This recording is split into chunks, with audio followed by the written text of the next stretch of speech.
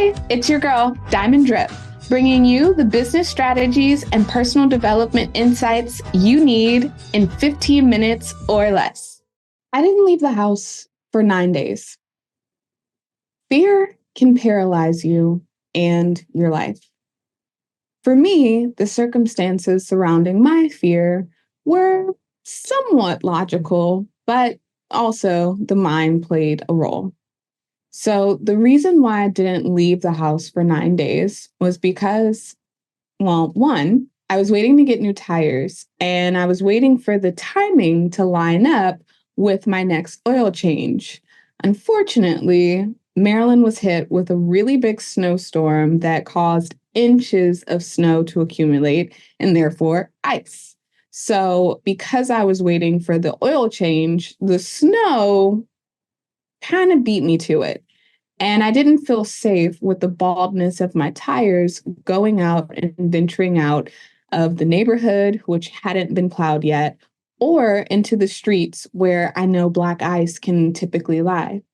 So that was one reason. And it was all around safety. There was a very real, logical fear that I would skid, that I would get into an accident. And so, because of safety reasons and not having adequate tires, I didn't leave. But there were two other reasons that popped up in the course of those 9 days that had nothing to do with safety. So one of the days I had to go and clean off my car twice because we received snow on 2 days that actually stuck and caused, inches of snow to accumulate. After the first time that I cleaned off my car, I knew that I wasn't going to have enough time to get everything done the way that I would want to in the limited time before it snowed again. And so the second time I cleaned my car, it was a fairly clear day.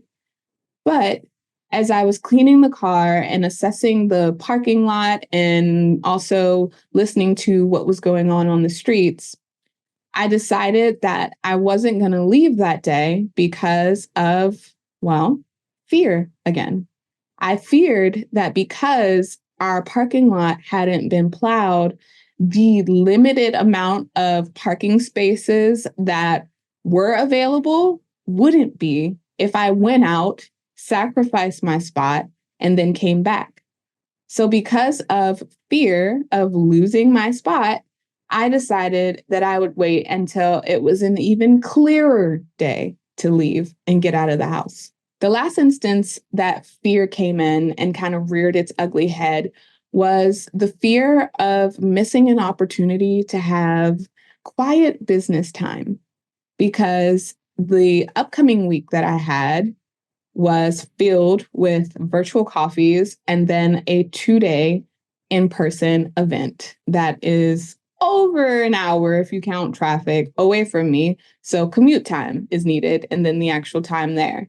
So because I feared that I wouldn't have time to get things done for my business because I hadn't been, because of my daughter being home from school, I wanted to just ground in and secure into 2 or 3 hours of just having quiet business time, which would have run out the daylight.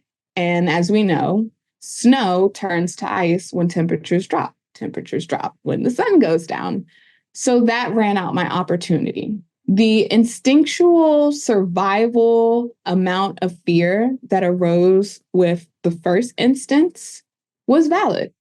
The subsequent fears were due to my mind, were due to the fact that my mind was not living in the present. It was thinking about past circumstances where I didn't have enough time.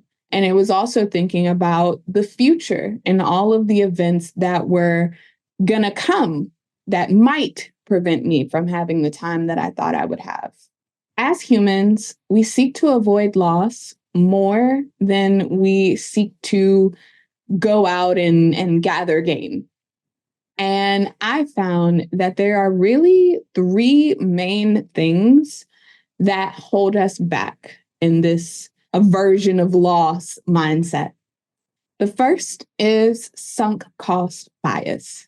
This is when you continue to invest in something unprofitable simply because you've already invested in it. This loop, this cycle of fear can keep you trapped for years. The second reason that I found that we have this loss aversion is something called the endowment effect, which is when you overvalue something that you own, you believe, you have created simply because it's yours. It's really hard to separate from a strong belief or an ideal or a principle because it's yours. But when we ground into that kind of non-open mind, we're unable to see blind spots because it's ours. It's our baby. We don't want to leave it in a way.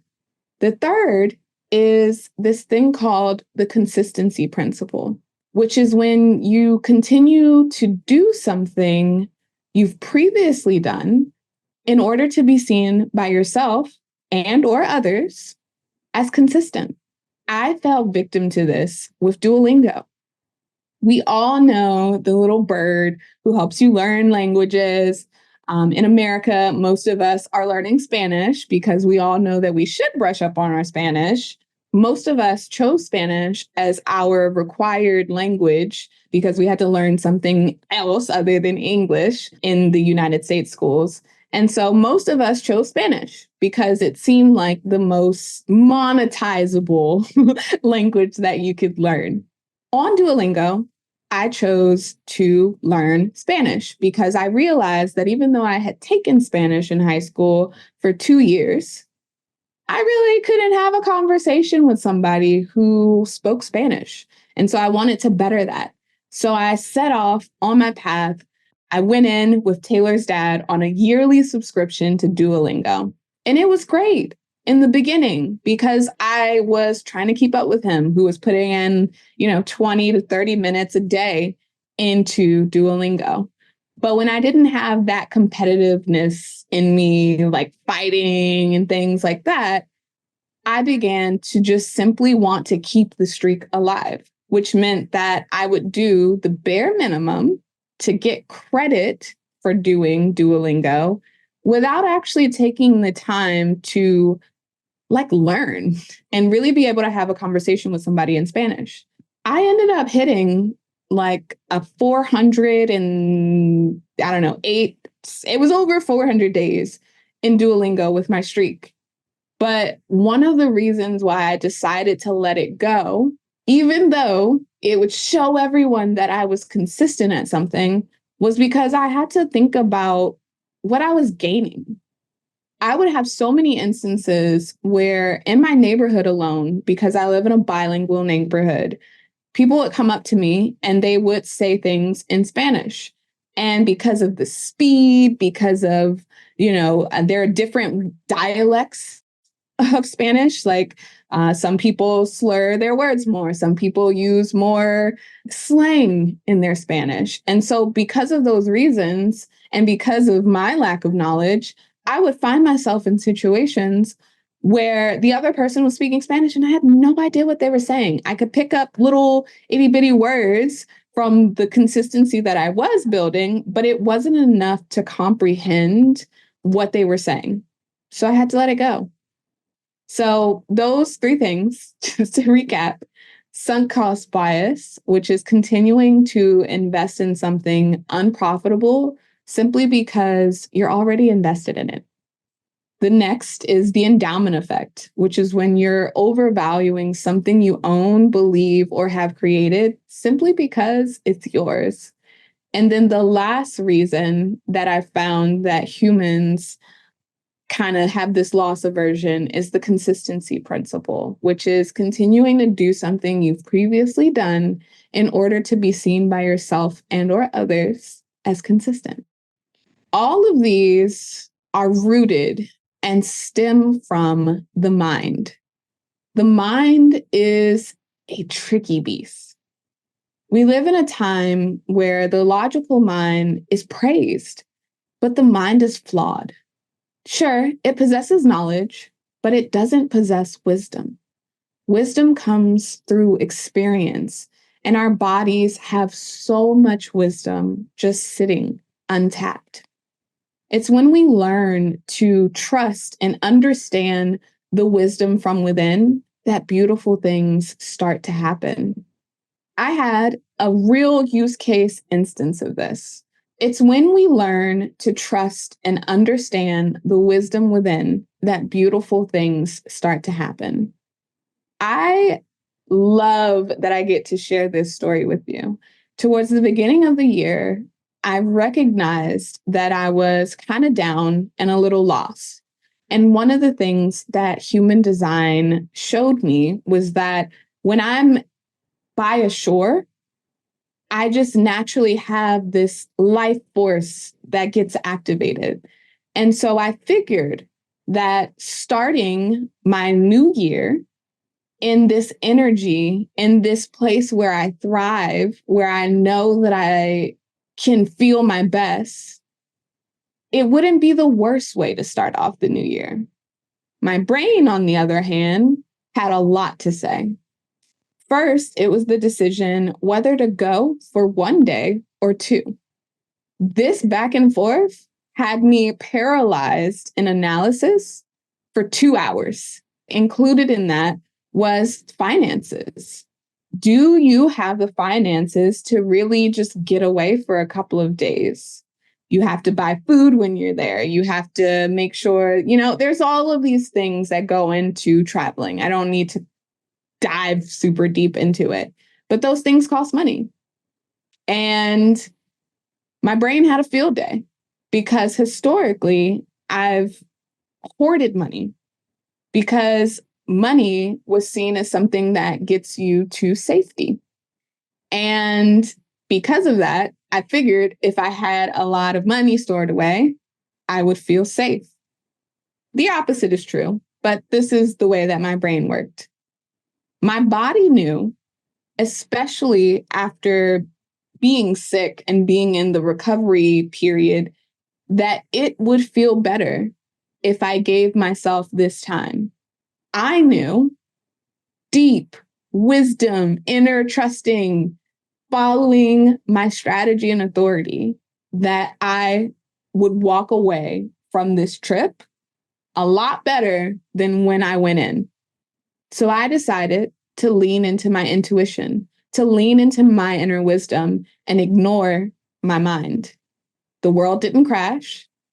And exactly what my body knew would happen, happened. It's when we give ourselves permission to let go of what's going on in our minds, because our minds are really meant to weigh and compare and things like that. They're not meant to predict what's going to happen. They're not meant to make decisions in that way. So sometimes you have to really listen to what is happening underneath the surface. Human design has been an amazing way for me to tap into what that inner wisdom has to say.